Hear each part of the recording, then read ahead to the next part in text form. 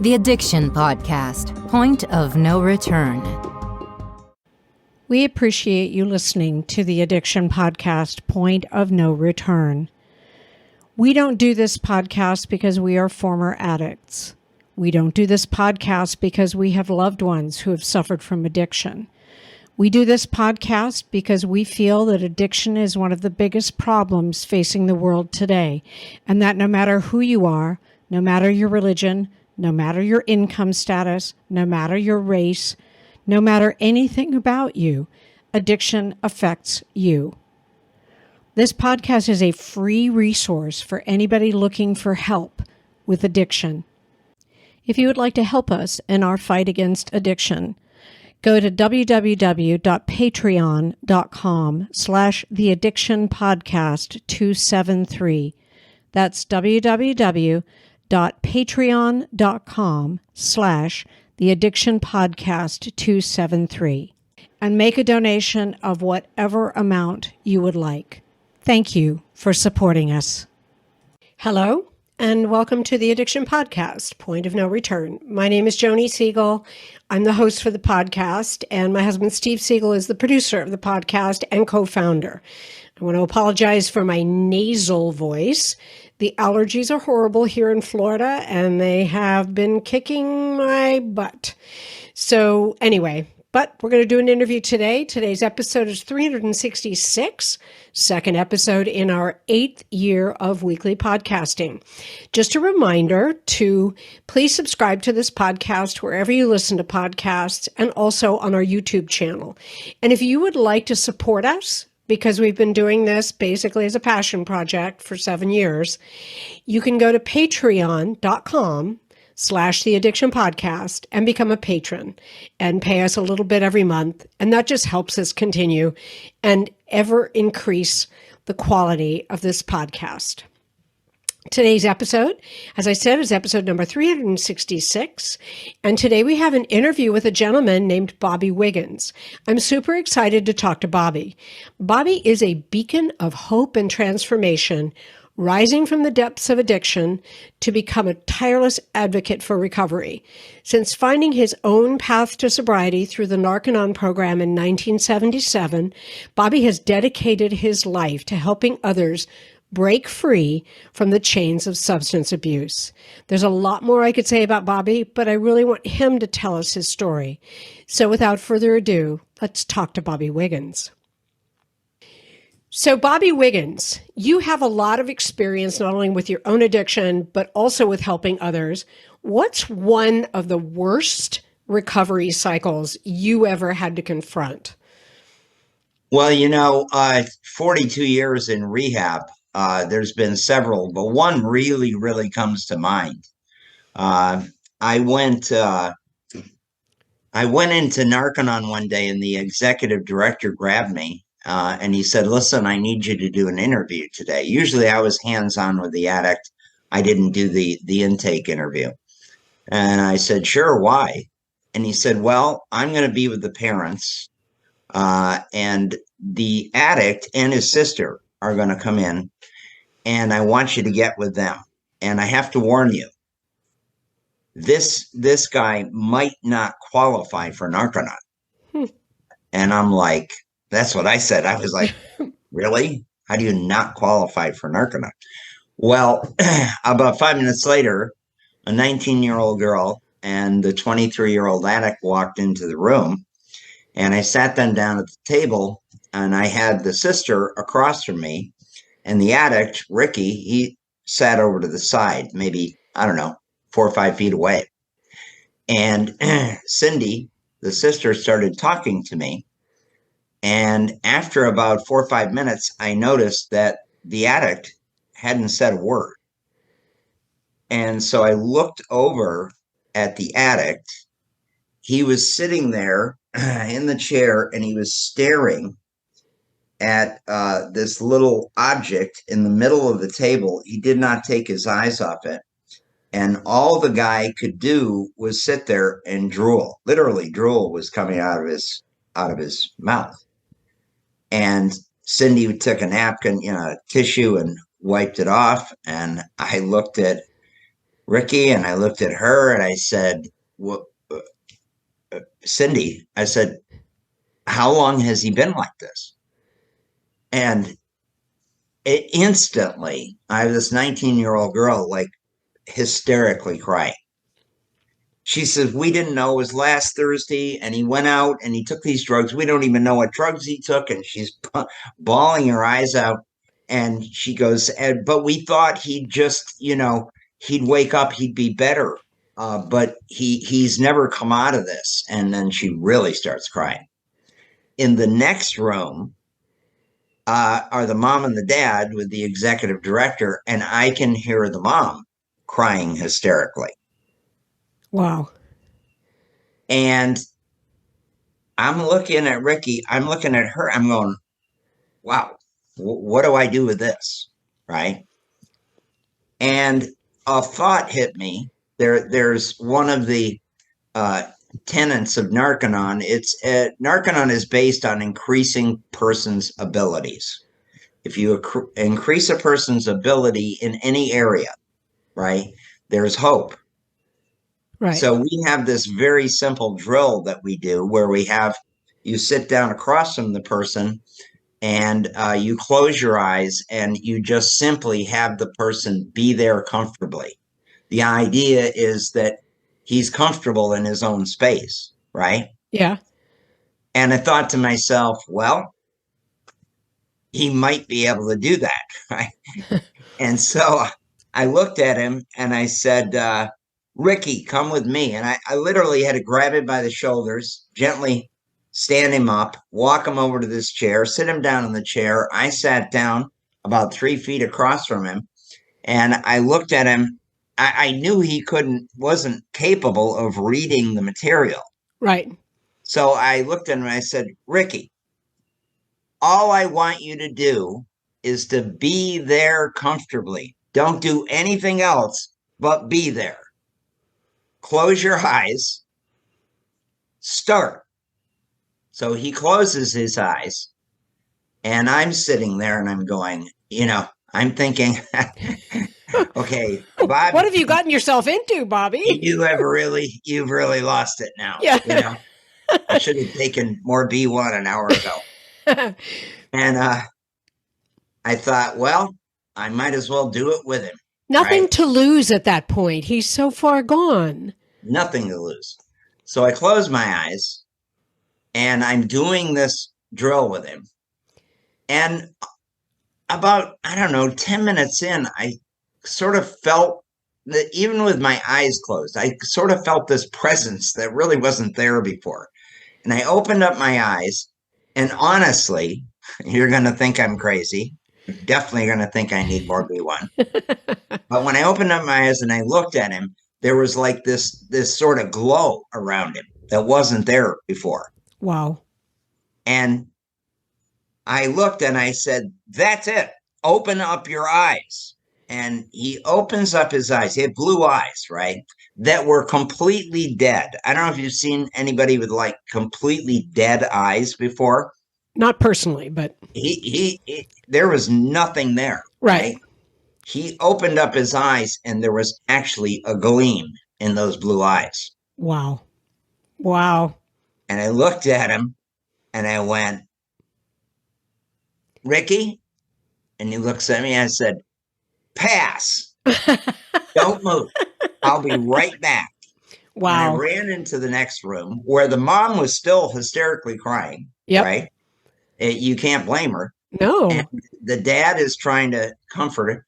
And I looked over at the executive director. I said, "Sir, we're taking him." Sometimes the hardest thing about getting someone into recovery is getting them to agree to treatment. Bobby Newman, a certified drug counselor with 30 years experience and an over 85% success rate as an interventionist, has created a series of 12 videos that you can use right now to learn every step to get your loved one to agree to treatment. Call 866-989-4499 today. And say the word podcast to get a 10% discount. Or go to newmaninterventions.com and type in the word podcast for a 10% discount. This service comes with a free 1-hour consultation with Bobby. We appreciate you listening to the Addiction Podcast, Point of No Return. We don't do this podcast because we are former addicts. We don't do this podcast because we have loved ones who have suffered from addiction. We do this podcast because we feel that addiction is one of the biggest problems facing the world today, and that no matter who you are, no matter your religion, no matter your income status, no matter your race, no matter anything about you, addiction affects you. This podcast is a free resource for anybody looking for help with addiction. If you would like to help us in our fight against addiction, go to www.patreon.com/theaddictionpodcast273. That's www.patreon.com/theaddictionpodcast273. And make a donation of whatever amount you would like. Thank you for supporting us. And so you did. He looked at me. He was stunned. And I was like, nope, I got it. And he's like, okay. And he's grabbing these forms and stuff. I said, you can leave him here. I'll work with him, right? So all we did with Ricky was nutrition, vitamins, minerals, calcium, magnesium, and these long walks where we would have him feel things. Wow. Right? Like I'd say, the larger, the better, feel that oak tree. Yep. Right. Yep. And acknowledge him for doing that. And we did that over and over and over again. 6 weeks later, I'm not joking, it was 6.5 weeks later. There's a sauna detox program that I'll talk about later. Okay. It's part of the Narconon Program. Now, every single day, Ricky looked better. He looked brighter. He looked more with it. But there was a little caveat. Ricky had not said one word for 6.5 weeks. Wow. So we get to the sauna portion. It's the 4th day. I happen to have 3 other students in the sauna. And, where we're flushing the drugs out, I can explain that later on. Yep. And we sat down in the sauna because I like to start him out the first hour. Yep. Ricky walks in and he's got a newspaper under his arm. Now, this occurred in Boston, and it was the Boston Herald. And he sat down on the bench and he set the newspaper next to him. And it was open to the sports page. Something about the Boston Bruins. So I looked at the newspaper. I looked at Ricky. I said, oh, hey, Rick. I said, so you like the Bruins, huh? Not expecting anything at all. Right. And he looks at me and he goes, oh, yeah. Ray Bork and the power play and the blah, blah, blah, blah, blah, blah, blah. This guy doesn't stop talking for about 7 minutes straight. Wow. I'm not joking. Wow. The other 3 guys that were sitting in the sauna, the Narconon students, were just sitting there like, because they knew that, like, they almost he adopted. hadn't been talking. Yeah. Right. They almost adopted him. It was like, Ricky's our little brother. He's 2 years old and we need to help him through the sauna. Right. Ricky finishes the sauna detox part of the program. Yep. He finishes the Narconon program. It's now 8 months later. Wow. I happen to be walking through reception at Narconon. The telephone rings. I pick it up. I go, good afternoon, Narconon. This is Bobby. And I hear this voice. Bobby, it's Ricky. Wow. I said, wow, Rick, hey, man, how's it going? He says, great. He says, but I thought of you today. I said, really? He goes, yes, because I met a girl and I got engaged today. and I'm the manager of a 5-star hotel in Miami Beach. Oh my gosh. Wow. And he Wow. said, "You came to my mind because I realized that I wouldn't even be here if it weren't for you." You are listening to the Addiction Podcast, Point of No Return. For more information on the podcast or to reach out if you have a story you would like to share with us, go to our Facebook page by the same name, or you can email us at theaddictionpodcast@yahoo.com, or go to our website, theaddictionpodcast.com. And please remember to subscribe to our podcast wherever you listen to podcasts and give us a 5-star review. We appreciate you listening to the Addiction Podcast, Point of No Return. We don't do this podcast because we are former addicts. We don't do this podcast because we have loved ones who have suffered from addiction. We do this podcast because we feel that addiction is one of the biggest problems facing the world today, and that no matter who you are, no matter your religion, no matter your income status, no matter your race, no matter anything about you, addiction affects you. This podcast is a free resource for anybody looking for help with addiction. If you would like to help us in our fight against addiction, go to www.patreon.com/theaddictionpodcast273. That's www.patreon.com/theaddictionpodcast273. And make a donation of whatever amount you would like. Thank you for supporting us. That's amazing. That's amazing. Bobby, tell us where you grew up. Tell us a little bit about yourself. Where did you grow up? Yeah, I grew up upstate New York, farm country in the Finger Lakes region. The main thing with upstate New York is there isn't a whole heck of a lot to do, right? It's farms and it's this and it's that and it's small towns. And so a large number of people get involved with alcohol up there. Still a very big problem up there. But, at a young age, you get started. And how old were you? Well, I had a friend whose grandfather owned the liquor store. Oh, no. Yeah, and we were 11. Okay. And we thought that would be very cool if my friend snuck out a few of those little bottles, the little, I forget what they call them, but I know what you mean, though, the little ones. Yeah. the little ones, right? And they had a little camper trailer in the back of the liquor store.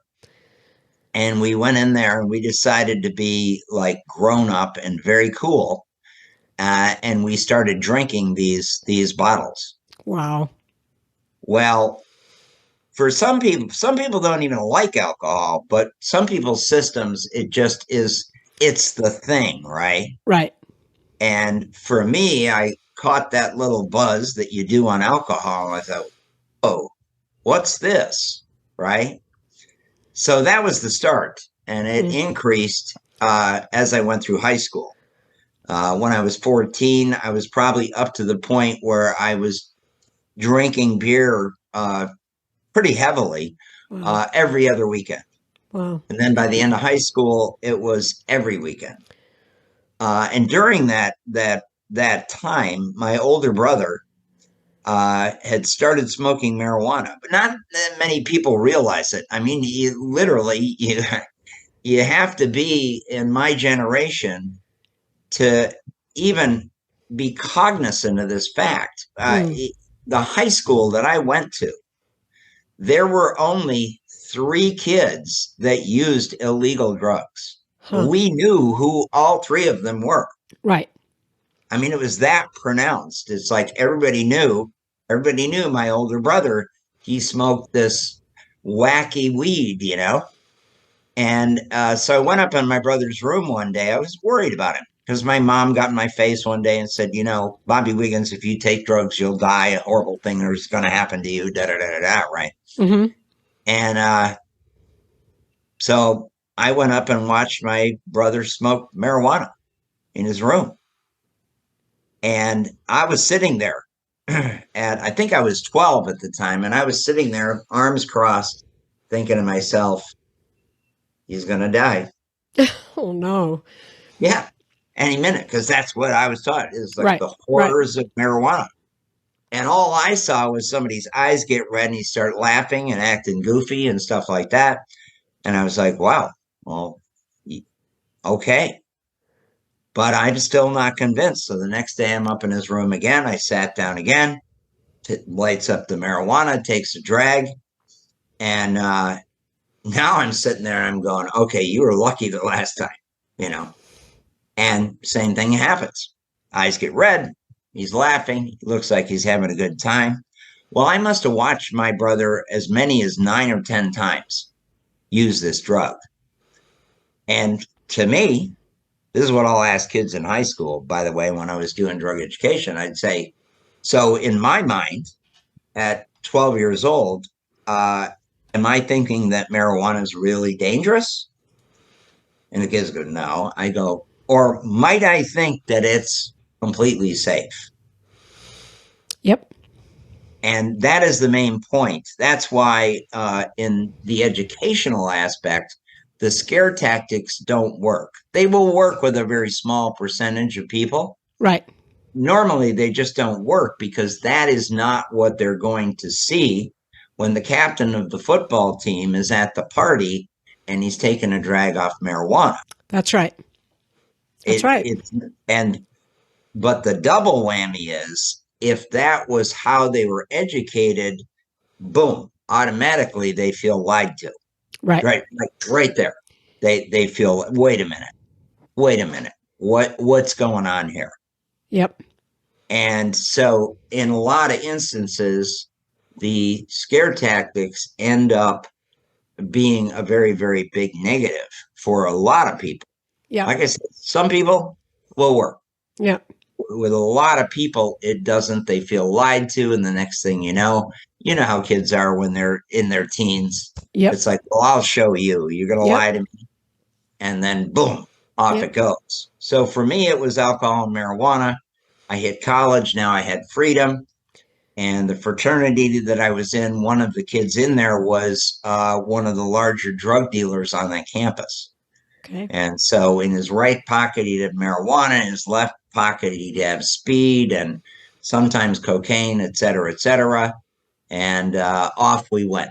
I would say the end of that year, our entire fraternity was using some sort of drugs. And Wow. some guys had already gotten addicted at 19, 20 years old. Wow. But that's how it all started for me. And then When did you get addicted, would you say? When would you say you were like full on addicted, and what were you addicted to besides the alcohol? I'd say it was about 21 years old. Okay. No, maybe 20. And I had reached a certain point where I no longer felt like I wanted to drink alcohol.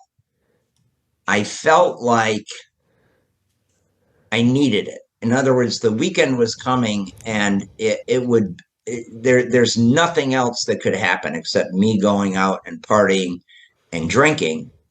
And then I started using speed, amphetamines. Mm-hmm. And sometimes to make the alcohol last longer, other times to wake up and study and take tests and stay in college, et cetera, et cetera. But I became very, very addicted to amphetamines, and it's so badly that my friend, talk about old-fashioned drug rehab. My friend had these bottles of wine, and he would have me sip the wine, and he brought me down off the speed in stages, off the amphetamines. Take this much this day, and then the next day, and the next day. I mean, in a fashion, it worked, but it definitely did not stop my addiction. So now you get these periods of time. I mean, for a year and a half, I used hardly any drugs at all. I would occasionally drink, occasionally go out with my friends. You think, oh, I got it licked. Everything's good. I'm 24 years old. It's all going to be fine. But until you handle it, until it's really handled, it can always come back. And I didn't understand that. So at 25 years old, I made a not so smart career change. I had been working for a contractor down in Florida, and he needed a scuba diver. I grew up scuba diving, and we started doing underwater construction. And they pay silly money for divers. So I'm 24 and a half years old. I'm making more money than anybody at 24 should probably ever make. And had a bunch of money, couldn't even spend it. And so I opened up a nightclub. You opened up a what? A nightclub. Oh, a nightclub. Okay, sorry. Yeah. Okay. Yeah, not the smartest move ever. Bought a building, little town in upstate New York, Geneva, New York. Gutted the building, and then hired my carpenter. Talk about a drug mentality. I remember I paid him $4 an hour. He was a master carpenter, friend of mine from college, and a case of beer every 3 days. And the case of beer was the lure. So as long as he had that case of beer every 3 days, he kept building stuff, And we finished the club, and then I don't know how many listeners have had experience with behind the scenes of a nightclub.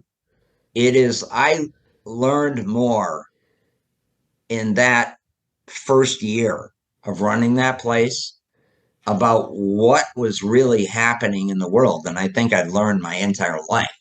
Wow. Because it didn't take long for the coke dealers to start gravitating to the club, and many of these coke dealers were regular businessmen. One owned a contracting company, the other one owned a new car dealership, et cetera, et cetera.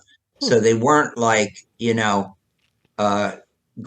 with 40 dirty tattoos. winos. Yeah, businessmen. Wow. Yeah, this is white shirts and ties, or pretty much, and they started coming in, and one of the guys, David, he had me try the cocaine, and I had a lifelong supply.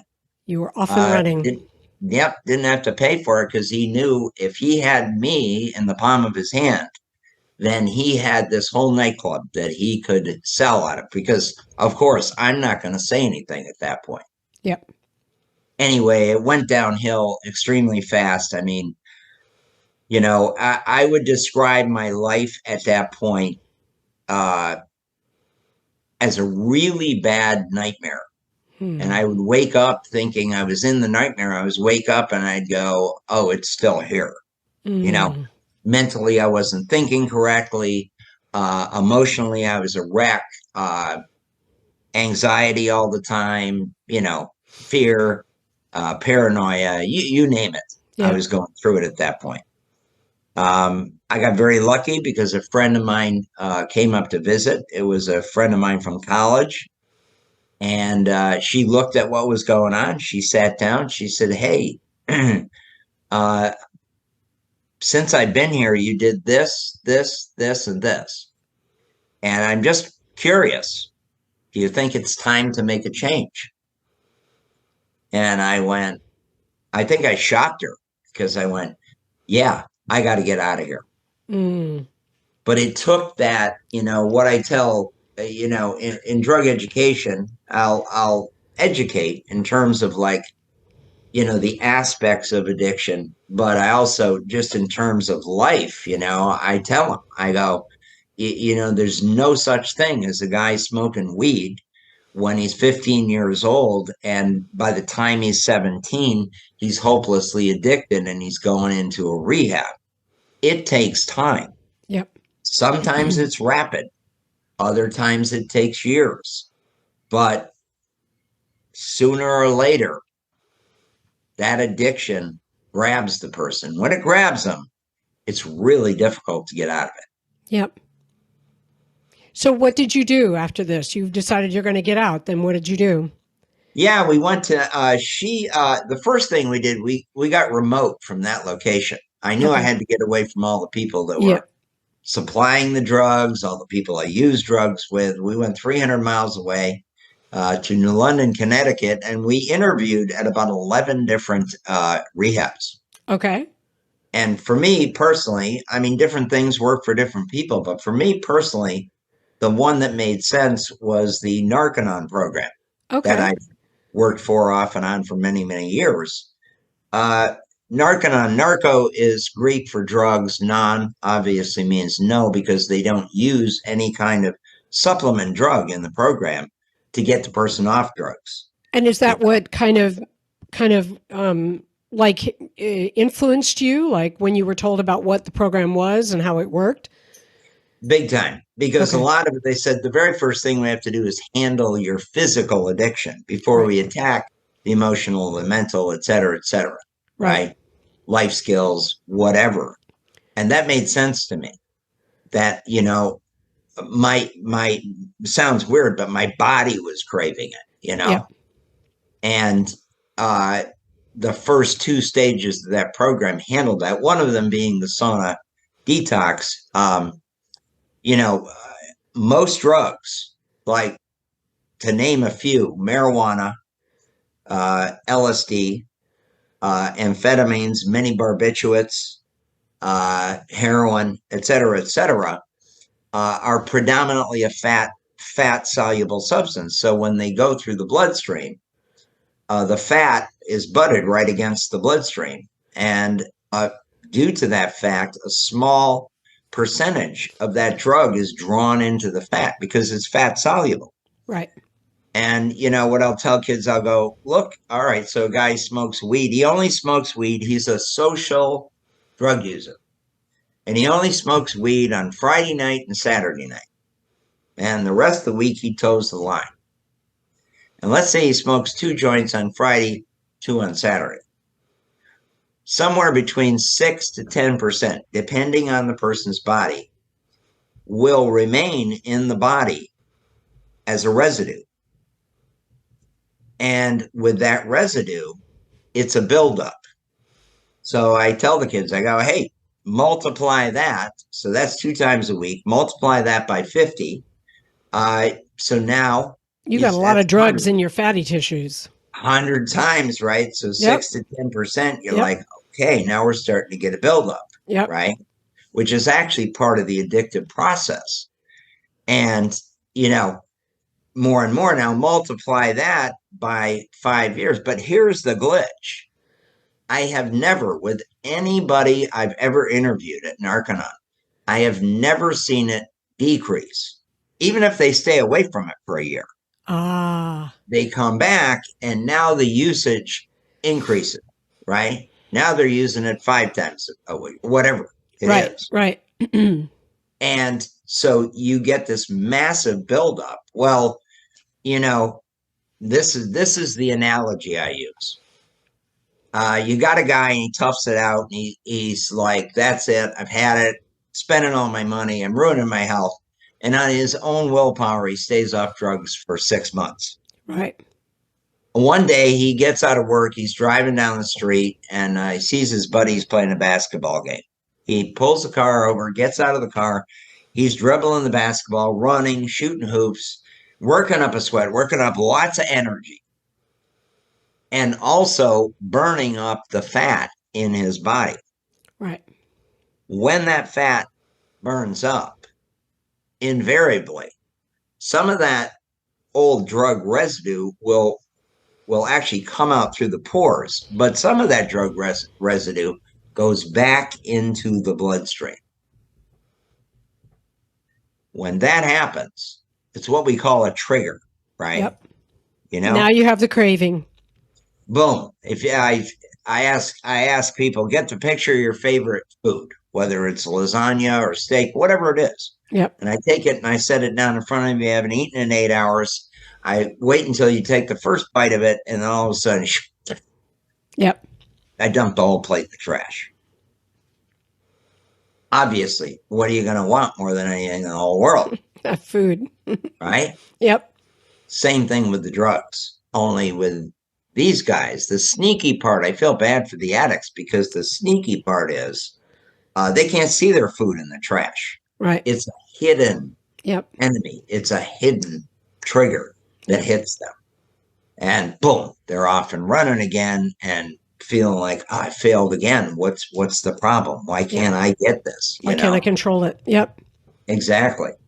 And so at Narconon, one of the very first things they did was sauna detox, which A, gets you extremely healthy, healthier than I think I'd been since maybe I was 9 years old. Right. And then B, eliminating those substances so that I'm not getting the physical triggers anymore. And eliminating them, if I may say it this way, in a controlled setting. And when you back it up with the vitamins that someone takes in that detox, they can experience it without feeling like they have to run out the door and go get the drug again. Exactly. Yeah. Exactly. Usually by the end of the day, you're sweating in the sauna. If you get those reactions, there's a staff member there with you in case, and then you get through that, and then it's less at the end of the day. Yeah. So, under a controlled environment. Anyway, I went off there, but the fact of the matter was it made sense to me to handle the physical, get me stable physically first. Yep. Then we'll attack the emotional, mental issues, and then finally the life skills courses, And Bobby, I think that what some people don't realize, because we've talked about this before in the podcast, oftentimes people who are, friends and family of the addict, they think, why can't he just stop? Right. Why is that? And we've said it over and over again, because there is a physical addiction, and then there is a mental and emotional addiction, and then there is a spiritual addiction. That's and right. They all come together. And even when the guy goes, I'm going to stop, if that physical addiction and the physical craving is not handled, oftentimes that decision doesn't stick. He can't do it, That's right. People don't understand that.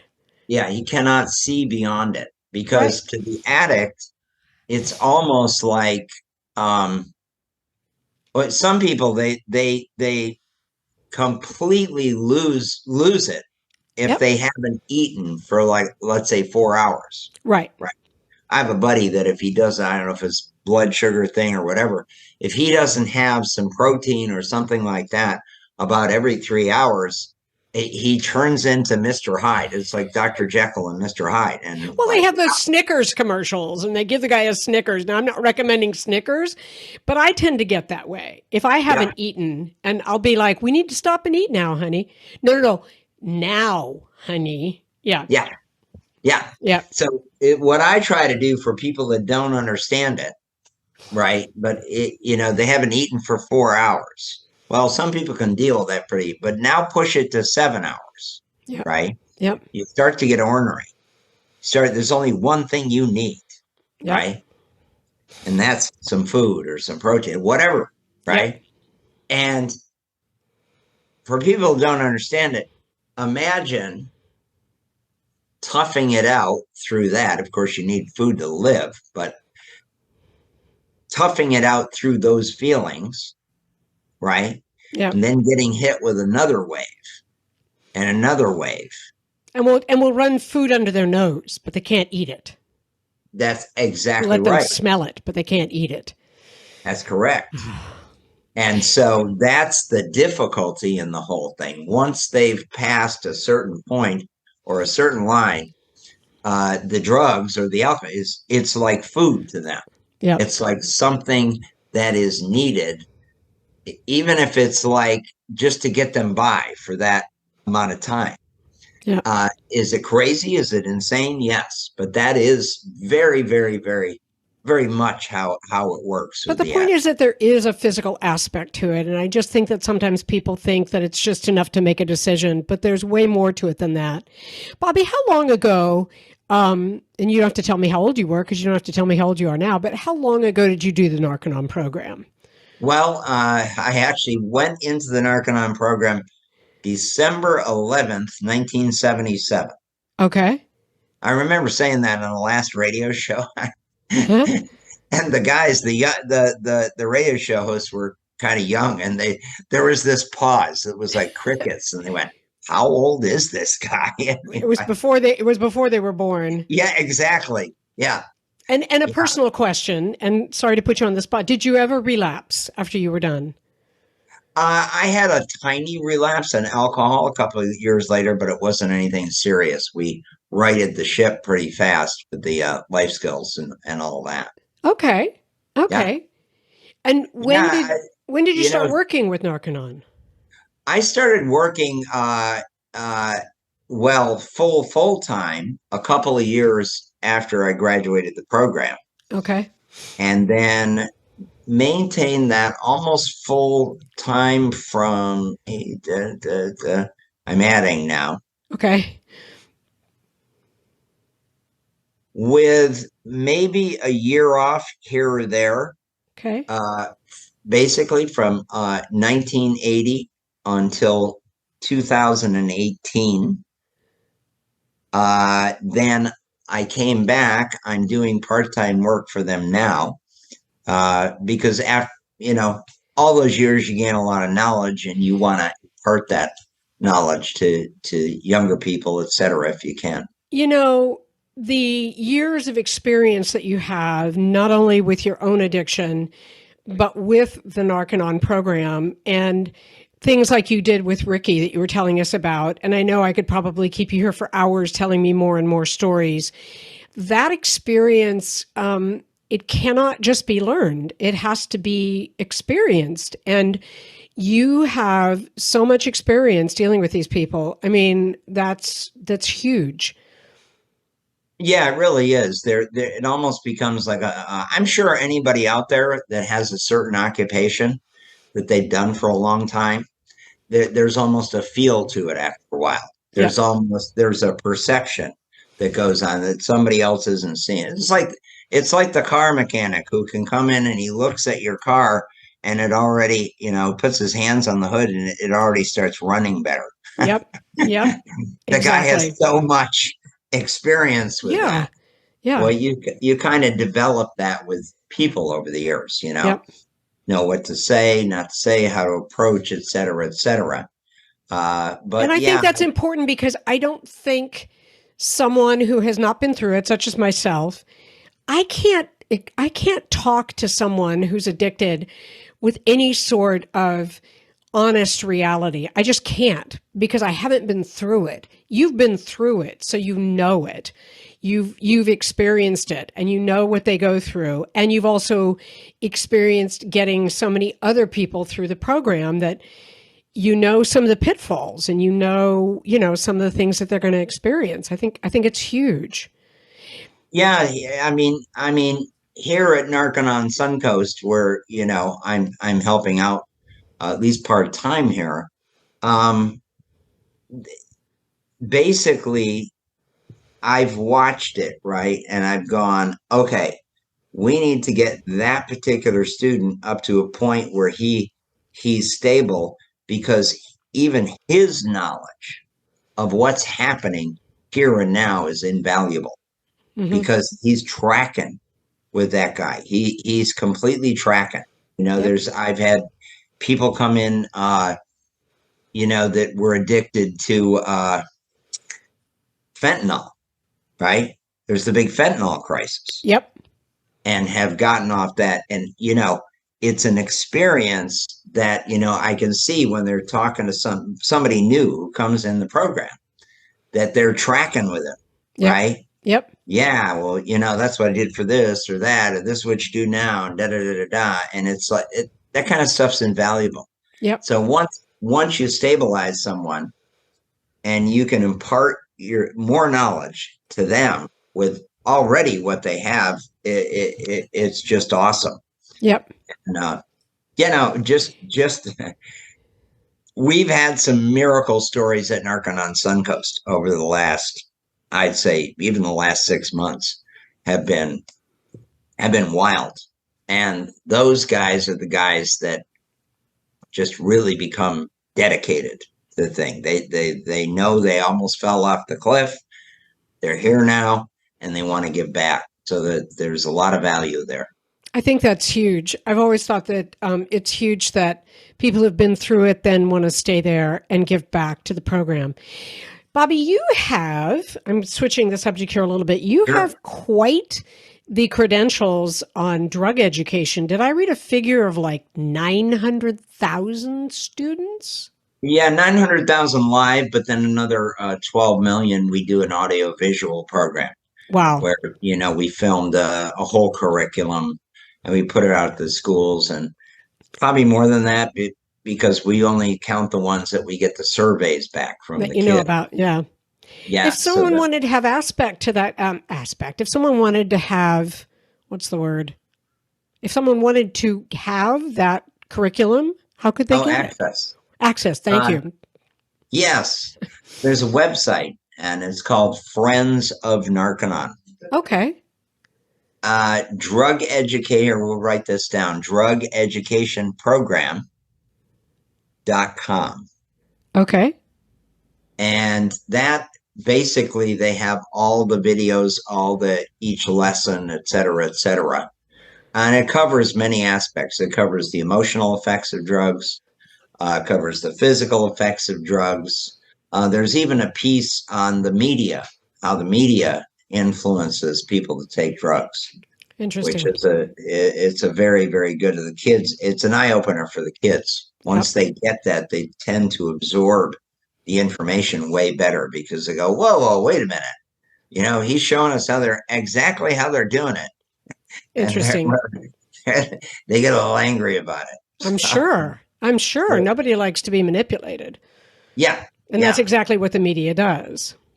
Oh, hugely. Yeah, hugely. The important thing is actually showing it visually how it's done, right? And once the kids have that and they go, wait a minute, that's true. And right. So you can't preach to them about it. You have to actually show them the actual dynamic of it. And once they see it, they have their own realizations about it. They go, oh, wow, we are being duped, Yep. Bobby, leave us with your most impactful words of wisdom to families who have loved ones who are going through addiction. Yeah, I mean, there's kind of a simple formula, right? The biggest barrier I see families have is getting the person to make that leap and get the help, right? Yep. There is an actual little tool. I have the addict before I sit down with do anything. I have the addict discuss help. Have you ever helped someone? Has anybody ever helped you? Right.